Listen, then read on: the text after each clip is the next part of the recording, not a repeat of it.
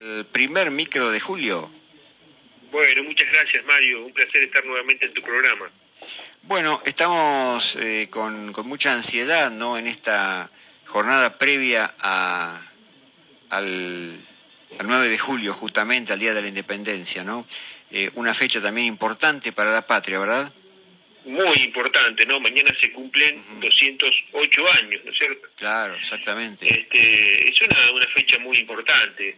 Y el lunes pasado, justamente, habíamos hablado de la asamblea del año 13, esta asamblea que fue conformada para fundamentalmente declarar la independencia, ¿no? Declarar la independencia y proclamar una constitución. Y finalmente no hizo ni una cosa ni la otra. Claro, sí. La declaración de la independencia se demoraba, y este era un tema preocupante para San Martín, sobre todo, que necesitaba de esta declaración para poder llevar adelante su plan continental. Es decir, necesitaba que su ejército perteneciese a un país independiente para poder ir a Chile y a Perú y ser reconocido como el ejército de un Estado soberano, ¿no?, que buscaba liberar territorios del dominio español. Pero ¿cómo iría a hacer esto si no había logrado la independencia en su propio país, ¿no? Entonces esto se iba demorando. Y se demoraba porque lo que se buscaba era alcanzar, como decimos siempre, una mayor autonomía política, pero nunca romper con la corona española. No era ese el objetivo. Y esto quedó demostrado porque los años propicios para declarar la independencia era cuando el rey Fernando VII estaba cautivo, 1810 a 1814. Estaba ausente en el poder. Pero cuando estaba ausente y dadas las condiciones para alcanzar la independencia, los gobiernos revolucionarios juraban lealtad al rey Fernando VII. Y por el contrario, se declara la independencia cuando el rey es restituido en el trono en 1814. Qué contradicción, ¿no es cierto? ¿Cómo se explica esto? Y se explica porque cuando Fernando VII vuelve al trono, se rompe el pacto de vasallaje. ¿Qué es el pacto de vasallaje? Hubo un pacto explícito entre los reyes de España y los pueblos de América en la época de la conquista. Y dice el historiador Francisco Eduardo Truso: los reinos de Indias quedaron unidos directa y exclusivamente a la corona de Castilla, independientemente de toda vinculación con el Estado o nación española. Y sus habitantes y pobladores fueron vasallos del rey de Castilla, pero no súbditos del Estado español. Claro, sí. Así, dice, así como los flamencos eran vasallos de Carlos I de España, sin que por eso Flandes haya sido jamás provincia de España. Y cierro la cita, ¿no es cierto? Entonces, los criollos eran fieles vasallos. No es lo mismo ser súbdito que ser vasallo. Ser vasallo significa tener una relación de lealtad mutua con el rey. En nuestro caso, el rey era considerado un padre. Esta figura de padre es muy importante, ¿no? ¿Qué significaba esto para los criollos? Bueno, según François Xavier Guerra, en su libro Modernidad e Independencia, ensayo sobre las revoluciones hispánicas, dice, y abro cita, dice: la monarquía se piensa como una familia, formada por varios hijos, los pueblos o los individuos, a la cabeza de la cual se encuentra el rey como padre. El rey es antes padre que juez. Es el padre universal de nuestra nación. Su desaparición deja huérfana a la nación, con todos los peligros que esto conlleva. Y se recita. ¿Qué significa entonces la figura del rey, padre de su pueblo? El monarca, además de ser rey, era señor y padre. Era señor porque era una monarquía patrimonial, es decir, todos los bienes públicos pertenecían personalmente al rey, no pertenecían a la nación española. Por eso nunca fuimos colonia. Estos eran virreinatos, eran reinos, eran dominios, pero nunca colonia. Entonces, este carácter patriarcal quedaba demostrado en los procesos judiciales. En los procesos judiciales existía una figura jurídica que se llamaba la segunda suplicación. Es decir, que una vez agotadas todas las instancias de revisión del juicio, lo que juzgar lo que hoy es primera instancia, segunda instancia, corte supremo, etcétera, y siendo ya cosa juzgada, existía lo que se llamaba la segunda suplicación. Esto es que el rey tenía una última carta para jugar, que era pedir la intervención del rey. Y el rey tenía la potestad de reabrir el juicio. De este modo el monarca, en su carácter de padre, podía apartarse del derecho positivo y concederle al reo la razón. La razón que antes de llegar a la administración de justicia. O sea, entonces, comprender todo esto nos permite dimensionar la magnitud de la ruptura a la cual se enfrentaban nuestros patriotas, ¿no? No era cualquier cosa romper con la monarquía, significaba quedar en el más absoluto desamparo. De hecho, no son los criollos los que rompen este pacto, es el propio rey el que lo hace. ¿Cuándo lo hace? Cuando los criollos en 1815 envían una misión diplomática a Europa, compuesta por Belgrano y Rivadavia. ¿Y cuál es el objetivo de esta misión diplomática? Bueno, Gervasio Posada, director supremo en ese momento, envía esta misión para presentarle los buenos oficios al rey. ¿Y cómo se explica esto? Eso parece una contradicción. Después de 5 años de lucha contra los realistas, se le pide al rey sus buenos oficios. ¿No es esto una defección a la causa? Sí, ¿no? sí, sí. Y bueno, no lo es porque nunca se luchó en contra del rey. Esto fue, como siempre dijimos, una guerra civil. Y esta misión diplomática lo demuestra, era pedirle a ese padre que era el rey los buenos oficios, es decir, la intervención o la mediación para solucionar ese conflicto. Los criollos lo que hacen es pedirle al rey solucione este conflicto. Y acá se ha demostrado que el rey no estaba Fernando VII no estaba a la altura de las circunstancias, ¿no?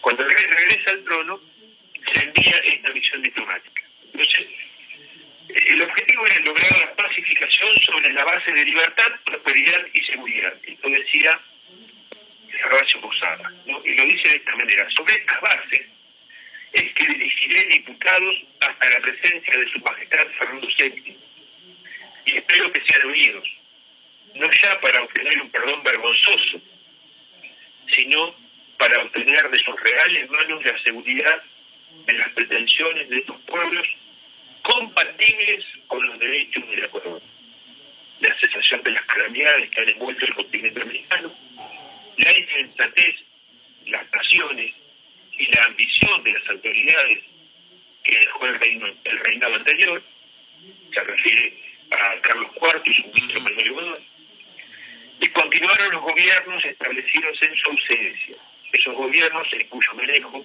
el soberano mismo ha reparado algunas faltas de exactitud y pureza.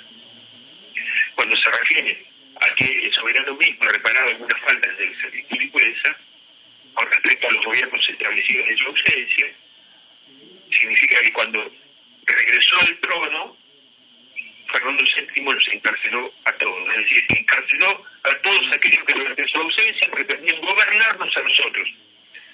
Es decir, la Junta Central de Sevilla, el Consejo de Regencia, bueno, fueron todos presos.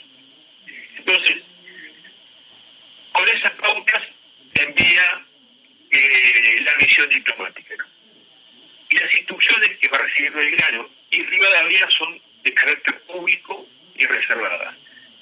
Las de carácter público establecían que debían presentar al rey las felicitaciones de las Provincias Unidas por su feliz restitución al trono, decía, asegurándole los sentimientos de amor y felicidad de estos pueblos. Debían informar sobre el estado actual, la situación civil y política de estos territorios y denunciar los abusos cometidos por las autoridades españolas y el quebrantamiento de pactos en su ausencia. ¿De qué pacto está hablando Gervasio Posada? Del pacto de Versalles.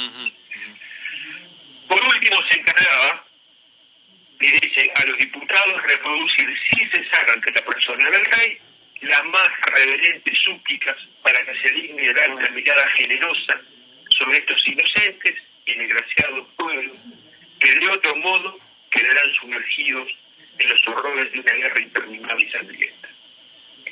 Bueno, esta no era la especulación. verdaderamente se creía en la figura del rey, ¿no? Independientemente de quién fuera ese rey. Consideraban que la monarquía como forma de gobierno iba a garantizar el orden y iba a evitar la anarquía. Claro que era una monarquía constitucional la que proponían, ¿no? Pero no se pensaba seriamente en una república. Por lo menos Belgrano, San Martín, Güemes no lo hacían. Había otros que estaban pensando en una república. Pero estos próceres no. Ajá. Sí, sí. Lo que se puede observar también es que la monarquía sería un freno a la disgregación social, ¿no? Y la monarquía en esos tiempos se identificaba con dos términos: república y democracia. Por eso Belgrano va a decir en una carta a Carlota Joaquina, dice que haya un gobierno que sirva de ejemplo a la decadente Europa y vivamos en tranquilidad y seguridad, sin prestar oídos a los silbidos de la serpiente que quiere inducirnos a la democracia. Es toda una definición, ¿no? Durísimo. Claro.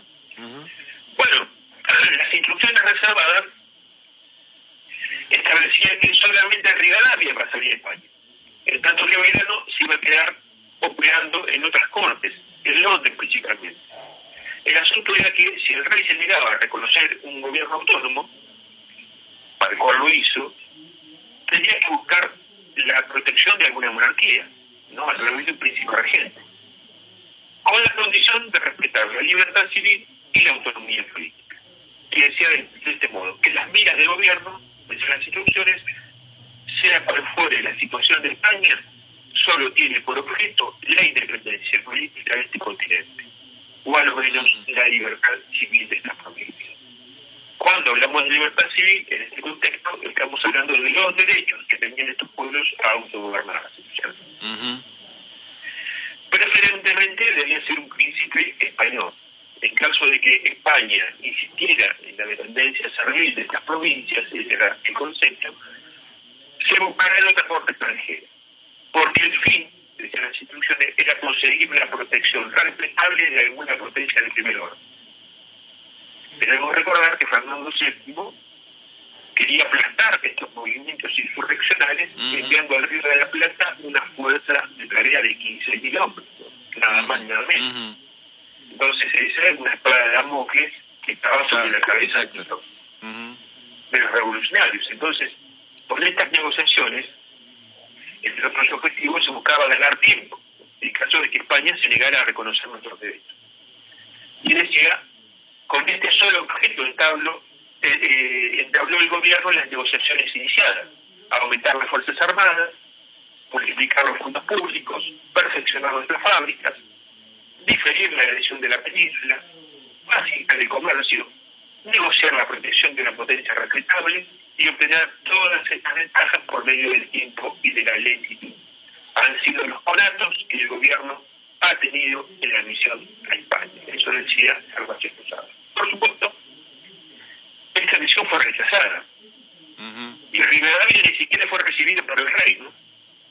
No fue recibido por el rey. De este modo, entonces, el rey, al no reconocer a los gobiernos que se había dado los criollos durante su ausencia, se rompía el pacto social y dejaba el camino abierto hacia la independencia de las Provincias Unidas del Sudamérica, como rezaba el acta de independencia, la cual decía: declaramos solemnemente a la faz de la tierra que es voluntad unánime e indubitable de estas provincias romper los violentos vínculos que la ligan a los reyes de España, recuperar los derechos de que fueron despojadas e investirse del alto carácter de una nación libre e independiente del rey Fernando VII, sus sucesores y metrópolis.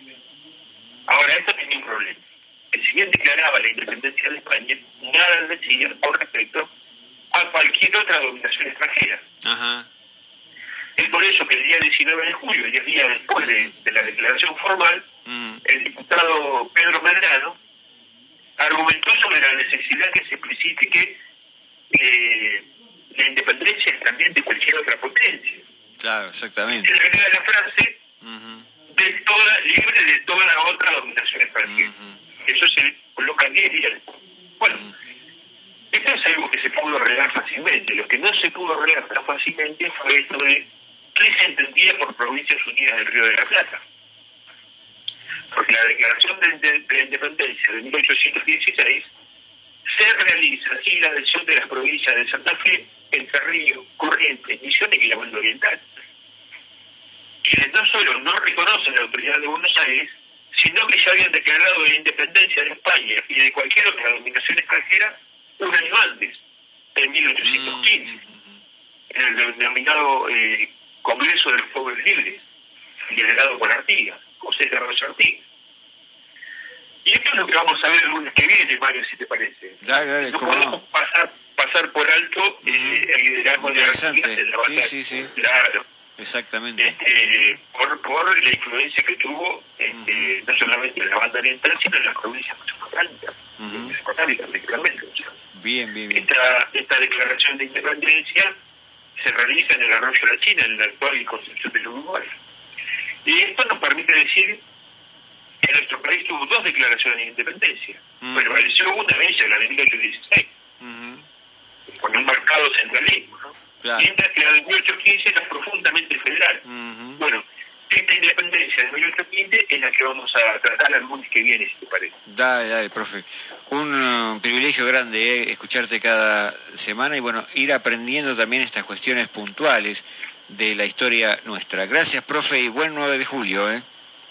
Muchísimas gracias, Mario, igualmente para vos y todo lo que ves. Gracias, hasta siempre.